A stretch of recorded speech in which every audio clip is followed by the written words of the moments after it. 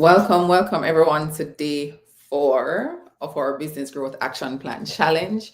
I hope that you've been finding the other days helpful and informative.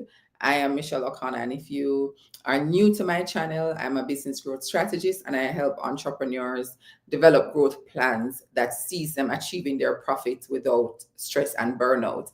And I created this 30-day challenge because I know one of the things that I get based on the level that you're at in your business, maybe you don't have enough time. And I wanted you to see how you can take various pieces, and you'll have these videos forever that you can use. Take the various pieces to create a plan.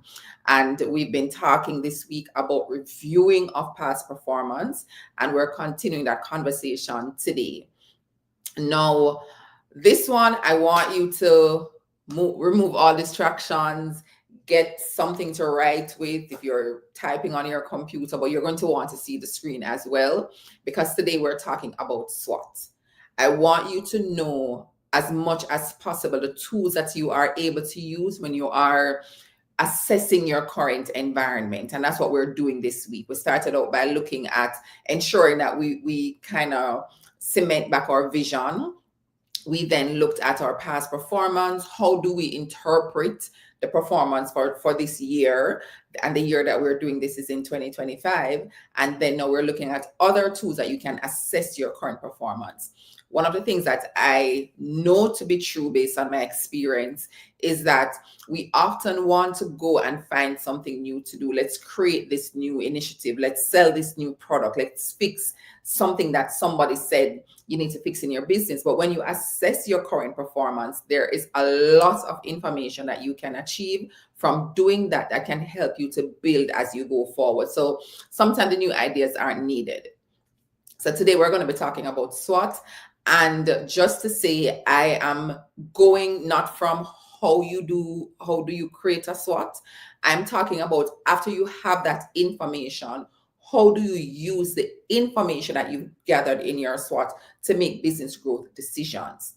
That is what we're talking about today, because a lot of persons have done SWOT. We use the word SWOT analysis, but if you've never analyzed it to use it as a decision-making tool, then all you have is information. And that's not what we're about. We're about using all the information that we currently have to make business growth decisions. So if it is that you're new, maybe you've never done a SWOT before, we're going to do like a 1-minute refresher, like a 1-minute refresher that you can just think of. This is our SWOT.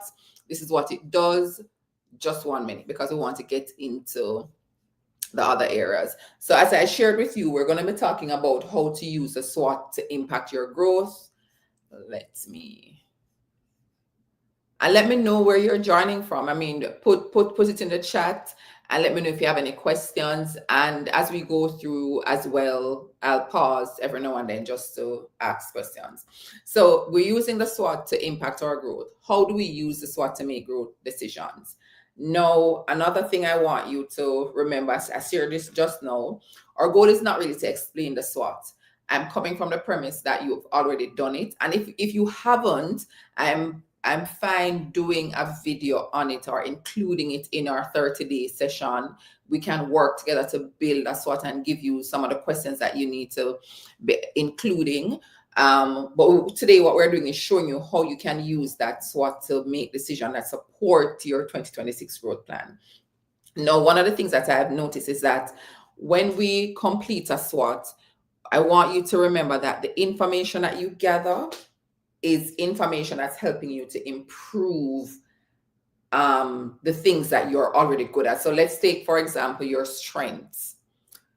If you're strong at something, the aim is that you're going to find a way, when you look at that information, how do we continue being strong at this thing? If you're weak, how can we improve? If there are opportunities, how can we take advantage of those opportunities? If there are threats, how do we manage or mitigate? Those are some of the questions that you're going to be asking yourself. But as I said, we're going to be having a very quick run through. Now, if you've never seen this before, the SWOT has 4 quadrants: your strengths, your weaknesses, opportunities, and threats. Strengths and weaknesses are internal to your business. So these are things that you have control over. This has to do with your people. This has to do with your process, the experience that you offer to your customers, training that you make available, the apparatus or the systems or the equipment that your team work with. All of those things, your culture, your values, all of those things are internal. So they either fall under strengths or weaknesses. Opportunities and threats are external to your business. You do not have control over these things. So this is whether your competitors, there are changes in the market, regulatory changes, you name it, natural disasters, etc. These are things that you don't have control over. So that's how you look at it if you've never seen it before. And I just said it, your strengths, what we do well, internal capabilities, weaknesses, your internal limitations, again, opportunities, external, threats, external. So this is, in essence, what your SWOT would look like. You'll be gathering information on this. Now, as we go through, I want you to let me know. Hi, Carson. Have you ever completed a SWOT for your business? Let me know in the chat. Have you ever done one? Because that would also kind of give me an idea. Because I really want to go slow to make sure that you're getting how you're going to be using this information now to make decisions in the future. And while you send your comments in, I want to also say, if you've never done one before, or you're using AI to help you, I want to give you just a 30-second guidance. The questions that you ask are also very important. Because I know a lot of persons are using AI, want to give this input. Don't just go to chat and say, hey, I work in this industry. I have X number of people. I'm looking to create a SWOT. How do I do it? What questions do I need to ask? No. You want to be very specific. As I shared earlier, you want to be asking questions about your people. You want to ask questions about your process. You want to ask questions about your service, your internal capabilities. Ensure that that is all there.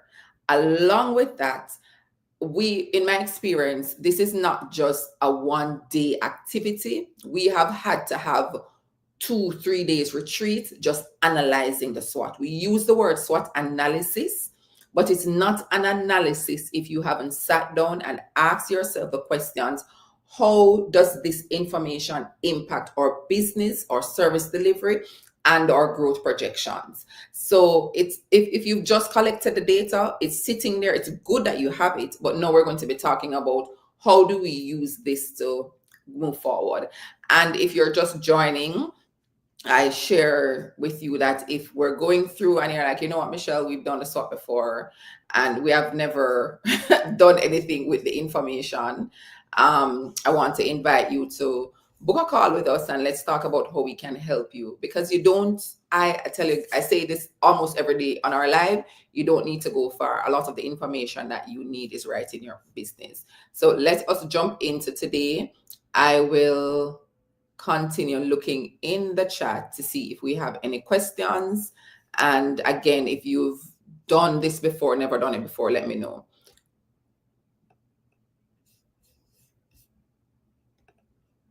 All right. So I just did a very quick refresher. So you have gathered your information in your SWOT.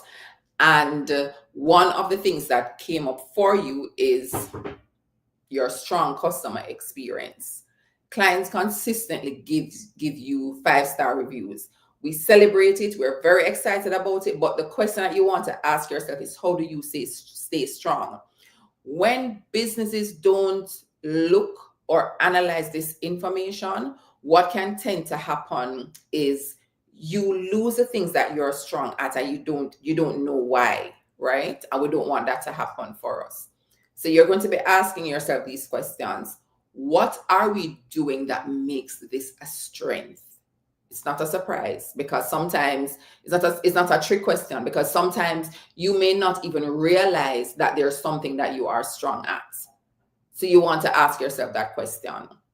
The other question that you want to ask yourself is, what systems or habits protect this? If there's something that you are strong at, is it, you talk about customer experience, could it be your culture?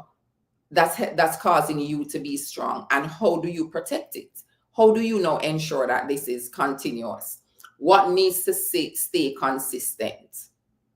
Ask yourself that question, because the things that you are strong at, you want to ensure that you remain strong at those things. You don't want to lose it. So you want to ask yourself that question. Am I making sense? I'm checking the chat. This is live for you to ask questions. I'm not understanding, Tim. I don't know. Does that mean something? I don't know. Understand the numbers that you're dropping, but just let me know if you have any questions, if this is making sense for you as we go through. I'm just scrolling and checking the chat. All right. Tim, when you have some time, you can explain what that number mean. All right, so let's continue. Again, you don't want to lose the things that you are strong at, so you want to ask yourself those questions. Then you want to ask, if customer experience is a strength, we now maintain it by, what are we going to do to maintain this strength? We're going to be documenting the delivery process to ensure succession planning. If this person leaves, at least we know why we were doing it. I remember while I was in corporate, I led an initiative called Back to Basics, and it was really us going back to our core. We normally have very high customer engagement scores, those scores that dipped south for a while, and we wanted to bring it back north. What we did was, let's go back to what we were good at. Why, when we were getting those high scores, what were our customers saying? So you want to know, train new team members using the best practices. This is how you ensure that your habits and your culture and your norms and the things that you're good at spreads throughout your organization. Automating follow-ups to ensure consistency. Monitoring satisfaction scores monthly. Identifying the gaps. You don't want to ignore comments or feedback that you get from clients. Sometimes we do that, and that may be because we're not sure, or it's just one person, but you want to monitor it. When you're monitoring, you're able to see whether or not there is any consistency throughout the feedback. All right. Checking the chats. Any questions on that? Okay. The next thing you want to look at, and we're using our strength for this example, but you can use all of them. I just want to show you how you really analyze your SWOT once you have the information.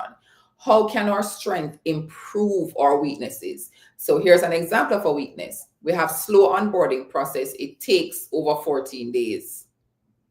Maybe that wasn't the target. I know when we did an example Tuesday on day 2, one of the things we had was that our onboarding process needed to be 10. So I want to kind of follow through. It's now 14.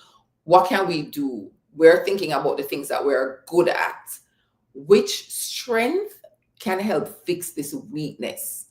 How can our strong customer influence or our strong customer experience influence onboarding? That is something that you can ask yourself. What is it that we're good at? I was on a podcast day before this week. I don't remember the day, but I was on a podcast this week, and I was sharing with the host about the various different kind of leadership or personality profile assessments that exist. And we're talking about Gallup. And one of the things that I love about Gallup is that it's a strength finder, and it's telling you what you are good at. So unlike some of the others that says, oh, you're weak in these areas, let's fix the weaknesses, their strength finder is saying, this is what you're strong at. This is where you need to focus your energy. It's almost the same thing. This is what you're already naturally good at. How do we continue using this thing that you're naturally good at to continue to serve and to continue to grow your business? That is what I want you as CEOs and founders to remember. You are using what you already have in your arsenal. You're not going out there to find anything. This is what causes overwhelm. This is what causes burnout. We're not thinking about what we don't have. We're thinking about what we already have. And that is what you're knowing what your strengths are. That is what it does for you. So let us continue. So you want to ask yourself, is there anything that it can, or customer experience or strength in customer experience can do for weaknesses? So an example, You want to map out your onboarding experience and match that the same high client touch point. So what does this mean? When you think about onboarding your clients, what does that onboarding process looks like? And identify on that onboarding process, what are the client touch points? Because remember, if client experience is high, when you reach a touch point where your client is engaging with your team, how can we heighten that? Is there anything that we can plug in that? Because maybe that can help us to reduce our client onboarding time. Making sense? Use your client feedback strengths to redesign the onboarding process. A lot of persons do surveys. A lot of companies and organizations do surveys. Surveys, it's not about gathering information and numbers. It's about gathering information to make decision. And that has been our theme throughout this week. How are we using information that we have to make decisions? We're not assuming, we're not going based off feelings. We're being objective because we're running a business, right? So use your client feedback strength to redesign your onboarding process if needed. Remember, these are just examples. Assign your strongest team member in client experience to improve the onboarding flow. The persons who are on the ground, they're on the floor, they're touching your clients, they are the ones who have all the gold. So I know a lot of times what can happen is in the organization, there are levels. So your management is locked in meetings. They are having all of these conversations, high level conversation, while the person on the ground is saying, hey, all we need is a rope. All we need is this, but we are thinking way too big. Get in touch with the people who are on the ground. If you watch sometimes these reality shows, they show the CEOs who dress undercover and go on the ground to see what is happening. You don't have to dress undercover, just do it. Or connect with the person who is already there doing it. So is that making sense, guys? Any questions? All right, let's continue. We're going on to opportunities. And remember, opportunities is external. We have no control over these things. These things pop up in our environment, but it's an opportunity for us to take advantage of. So an opportunity example is market demand is increasing for personalized service and faster response times. You cringe when you hear that because you're like, faster response time. We already have a problem with our onboarding timeline. So, we're not going to look at that. However, what you want to remember is that you have a client experience differentiator that you are good at. So this is opportunity. Market demand is increasing for personalized service and quicker response time. Ask yourself, which strengths align with this opportunity? How can we use the strength to serve an unmet need? I tell you, I know companies that, you wonder why people go to them. They have identified the one thing that they're good at, and that's they just work that. And people are drawn to them. Not that they don't have weaknesses, not that they don't have things that's not working for them, but they've identified, how do we maximize, how do we magnify, how do we make our strength the thing that causes people to come to us, and that kind of mitigates or hides, some of our weaknesses. So you have an opportunity that's out there. Which one of our strengths can help us to maximize this opportunity? And you're using your customer experience now to capitalize on the growing demand. Because you're good at customer experience, you're saying, okay, let's launch a premium concierge style service because we're good at customer service. So if we are now saying to people, we treat everybody like VIP, you are now going to be VVIP. What does that look like?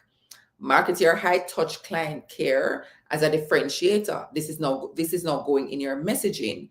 You're highlighting the fact that we care about our clients and this is what we do best. Raising prices because the market is willing to pay for quality. Targeting clients who are frustrated with impersonal competition or competitors. What do you think about that so far? Where I'm going slowly and ensuring that, persons are understanding if there are any questions.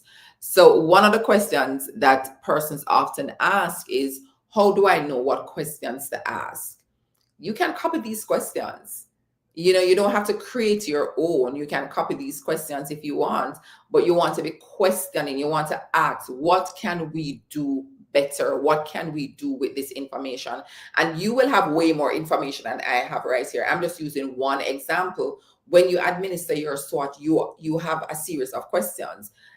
Depending on the size of your organization, you can have over 100 responses based on the questions you're asking, and you can use this. And with AI, I may do a video. I think I'm going to do a video about how to use AI to help you to analyze your SWOT data, but maybe first how to create it. Because I think one of the challenges that we're having is that we're asking the wrong questions. All right, so let's go to the next example.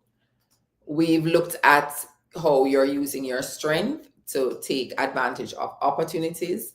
Now, let's go to how you can use your strength to manage or mitigate your threats, right? Now, there are different, I know that we have probably been focusing on strength, but I want to let you know that one of the things that you can also do, there are different ways that you can look at the 4 quadrants. That would take like maybe a good 3-hour workshop. If you're interested in that, you can let me know. But I just thought to pull one example out so you can see how we use that one example in creating a growth plan. Because if you don't know what you have, you can't grow, right? And I don't want you growing from exhaustion and doing new things all the time. I want you growing using information that you're already armed with. And if you've never administered a SWOT, you don't have to go and do one now, because this is something that you do throughout the year. You're constantly looking back at this. I just want you to know what is available to you in your planning, in your strategic planning and execution process, so you know how to go about this going forward. So we're talking about using your strength to manage or mitigate threats. A threat example: competitors are offering lower prices or faster turnaround time. Ooh, turnaround time is a major issue for us. Oh my God, we're going to lose clients for this. Everybody is freaking out. Let's fix it. What are the questions that you're going to be asking yourself? How can our strengths help to protect us? Can it? From the long list of strengths that we got from our team when we did the survey, is there anything there that we can pull out, use, and protect us? You don't have to go and look for the information outside. A lot of times it's inside your business. What can competitors not replicate easily? And a lot of times, remember, when we talk about strengths and weaknesses, those are things internal. Your strength sometimes is hard for competitors to replicate. Client experience is not something that just happens out of the sky. It's embedded in your culture. So look at what strengths you currently have. Now, we've been talking about customer experience, and I'm using that example throughout this presentation. What you want to do is highlight your high satisfaction scores in marketing. We spoke about messaging just now. We talk about opportunity. Offering loyalty incentives to keep your clients. Reinforcing your brand promise around quality. Bundling services to add more value than your competitors. You can think about these. And again, these are just examples. All right? Am I making sense? Now, before we close, there's one that I wanted to talk, another way I wanted to show you how you can use it. Now, we've been talking about strengths. We've been using strengths as we are going through the discussion. I want to leave you with one example, how your weakness and your threat can help you to design a mitigation strategy. And what do I mean by that? Weakness, you have a slow onboarding process. Clients are complaining about the long wait time. They continue to complain and we've not been able to fix it. A threat, a competitor just launched a 48-hour onboarding guarantee, and you're like, we are trying to get to 10 days. We're over 14. We cannot compete with 48. The risk is your slow onboarding amplifies the competitor's advantage. You could lose leads quickly. Now, what this does is you're now able to ask yourself the question, does this weakness make the threat more dangerous? Is this going to be something that we can fix by Q1? Which part of our weakness can we improve quickly? Because if we can't make 10 days, we're over 14 days and our competitor is doing 48 hours, is it possible? How can we reduce this risk within a certain number of time. I have 30 days here, but you can insert a date that work. What process or system must we build to prevent this exposure? This is something that, not all the analysis that you get from your SWOT.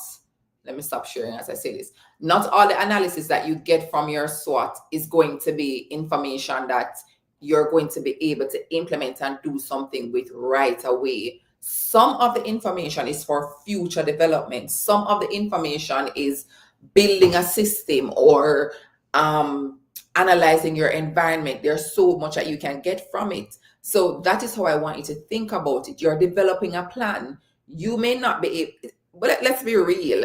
It's highly unlikely that you are having a 14-day onboarding process and your client is promising, your competitor is promising 48 hours. It's not going to work. Like, it's not something you fix overnight. But when you ask yourself the question, how dangerous is this? Is this a high risk thing? Is it something we need to address right now? If not, you move on. You know what? Let our competitor continue. We know that our high customer experience score is going to cause us to still generate great results. So we're not really worried. So that is just, I wanted to leave you with that. And I hope that that information and that way of looking at it makes sense. So as we close, when you write down your strength, you're thinking of Michelle, what do we do next? This has been really good information. What do we do next? Write down one strength. No, answer these 4 questions. How do we keep this strong? How can this strength fix one weakness? How can this strength help us to seize an opportunity? And how can this strength protect us from a threat? Ask yourself that question. And that is the end of day 4.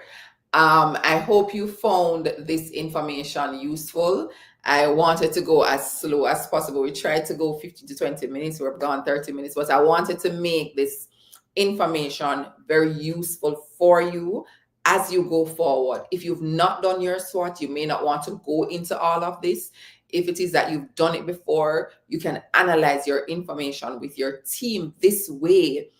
This is going to help you to fix what you already have. So you're not going outdoors and trying to find something new and different to do.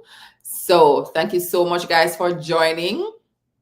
I don't know. I had fun sharing all of that information with you because from my experience, a lot of persons just gather the information about the SWOT and they don't use it wisely. And I want you to do that. All right. So join us tomorrow at 10 a.m. for day 5. We're going to continue our review process this week. And next week is going to be where I know everybody wants to go. We want to start talk about next year. But I want you to be armed with the information from this week. It's going to carry forward into next week. So thank you again for joining and have a wonderful day. And remember, subscribe if you have not, so you're notified when we go live and when we post for additional content.